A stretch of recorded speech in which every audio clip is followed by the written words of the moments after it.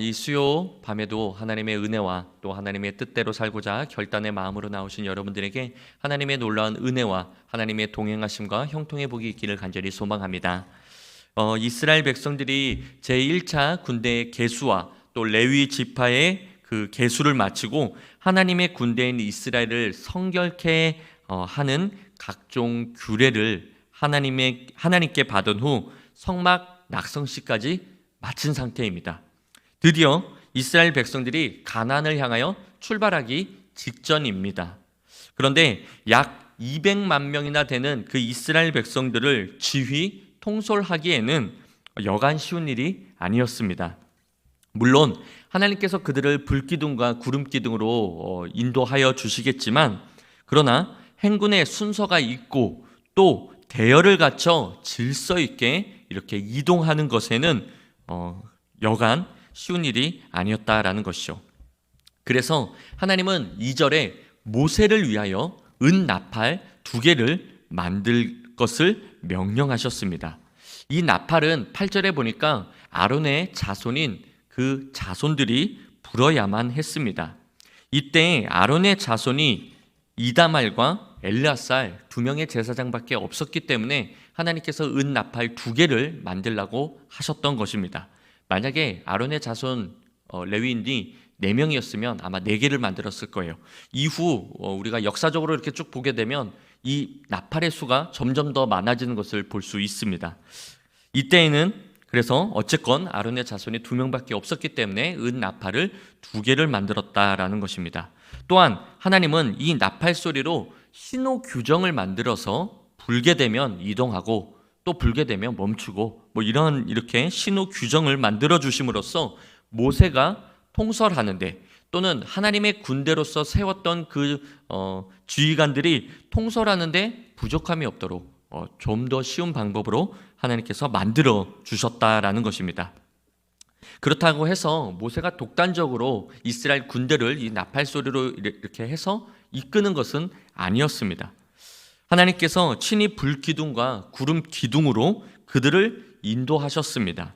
그러나 하나님은 여기에서 그치지 않고 이스라엘 군대를 조직 편성케 하시어 하나님이 세우신 지도자들이 이스라엘을 안전하게 인도할 수 있도록 또한 하셨을 뿐만이 아니라 이제 은 나팔을 만들게 하시어 그 백성의 소집과 진행을 용이하게 하심으로써 보다 구체적인 도움을 주셨다라는 것입니다.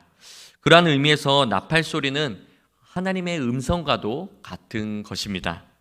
이는 결국 하나님께서 자기 백성들을 구체적인 방법과 말씀으로 인도하신다라는 것을 보여주는 것입니다. 이로써 은 나팔은 이스라엘 백성들에게 하나님의 뜻을 전달하는 또 하나의 수단이 되었으며, 그로 인해 나팔 소리는 이스라엘 백성들의 삶을 결정하는 하나의 지침이 된 것입니다.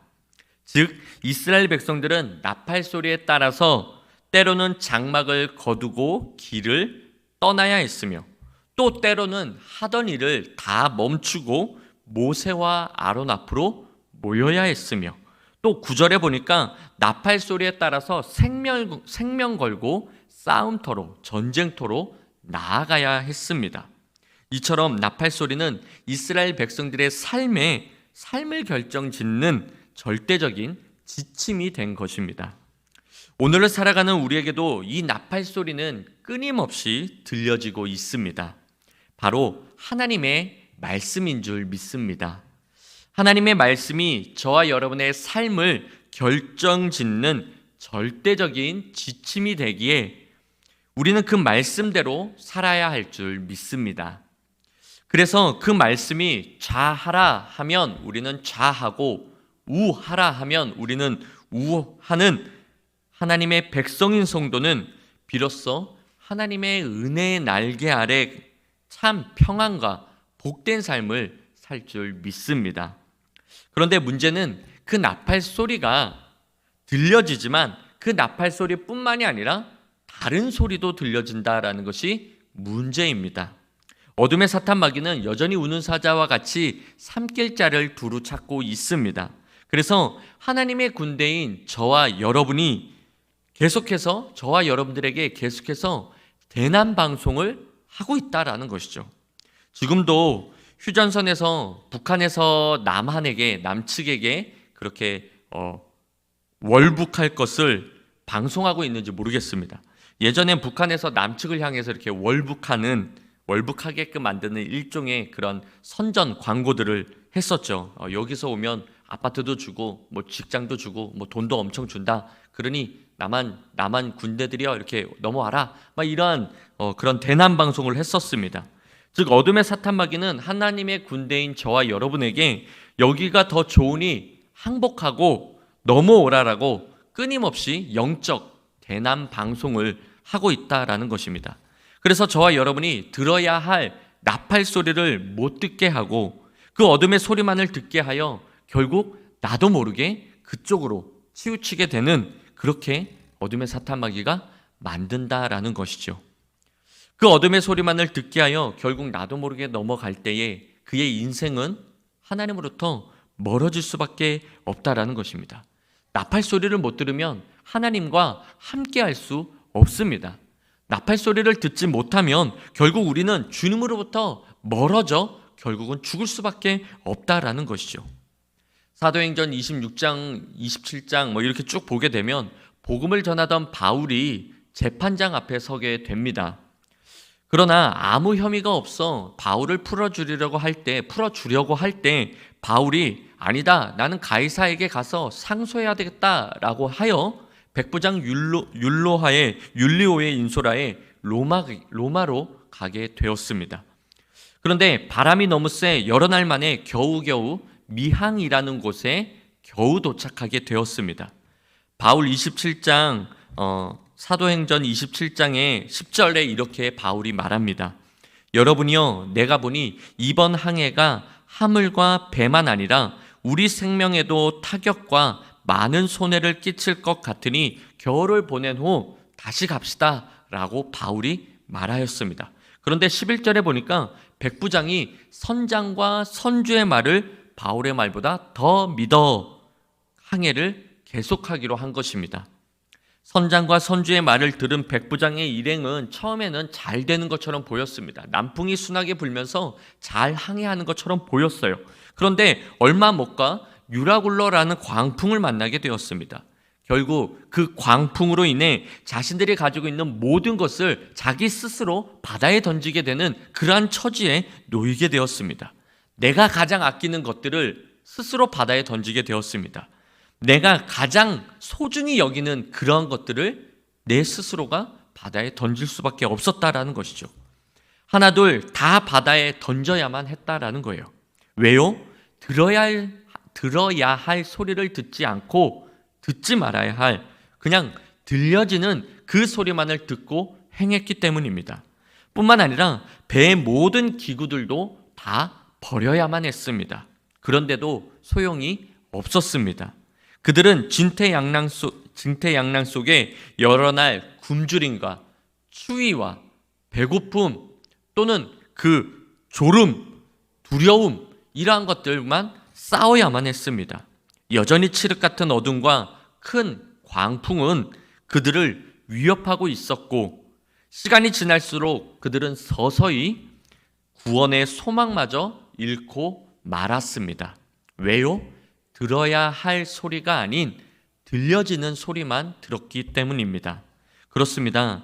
우리 역시 인생에서 얼마든지 예기치 못한 문제들을, 크고 작은 그런 광풍들을 만나곤 합니다.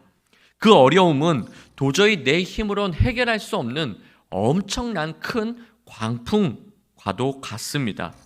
그 광풍은 내가 가장 귀하게 여기는 그 소중한 것들을 내 스스로가 바다에 던지게끔 합니다. 어쩔 수 없이 포기하게끔 만들고 어쩔 수 없이 그 모든 것을 놓아야만 하게끔 만든다라는 것이죠.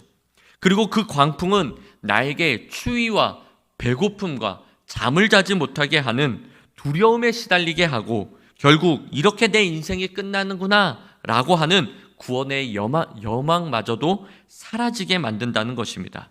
바로 바울의 일행처럼 말이지요. 무엇이 문제였을까요? 무엇 때문에 자신들이 그토록 소중하게 여겼던 그런 것들을 스스로 버려야만 했을까요? 만약 백부장이 선장과 선주의 말이 아닌 바울의 말을 들었더라면 어땠을까요? 우린 이 땅을 살아가면서 수많은 소리를 듣고 삽니다. 그 중엔 바울의 말도 있고 선장과 선주의 말도 있습니다. 즉 여러 소리들이 있다라는 것이죠. 그렇다면 저와 여러분은 무슨 소리를 들으시겠습니까? 오늘 본문은 우리에게 나팔 소리만을 들을 것을 명령하고 있습니다. 들려지는 선장과 선주의 말은 소위 말해 전문가의 말입니다. 오랜 세월 그 일을 감당하고 있었으니 그 일을 위해 자신의 삶의 모든 것을 투자했으니 그 위치에 오른 전문가들입니다. 어느 누가 들어도 그들의 말이 타당하고 어느 누가 들어도 그들의 말에 설득당할 수밖에 없습니다. 그러나 그렇다 하더라도 그들 역시 유라굴로라는 광풍을 예상할 수 없었고 피할 수 없었다라는 것입니다. 결국 그들의 말을 들은 결과 안 만나도 될 유라굴로라는 광풍을 만나게 되었고 나의 소중한 모든 것을 내 스스로가 바다에 던지게 되는 엄청난 결과를 낳게 되었다라는 것이죠. 그의 반면 들어야 할 소리는 바로 하나님의 나팔 소리, 즉 하나님의 말씀입니다. 때로는 우리에게 전혀 납득이 가지 않습니다. 도저히 이해할래야 이해할 수 없는 소리입니다. 뭔가 명확하지도 않고 뭔가 확실하고 분명한 그러한 소리가 아니다라는 것이죠.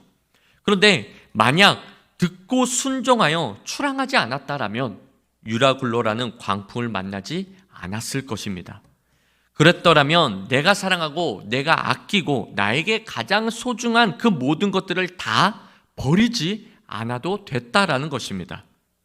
이런 물질적 고통뿐만이 아니라 여러 날 먹지도 자지도 못하는 육체적 고통도 겪지 않아도 됐습니다.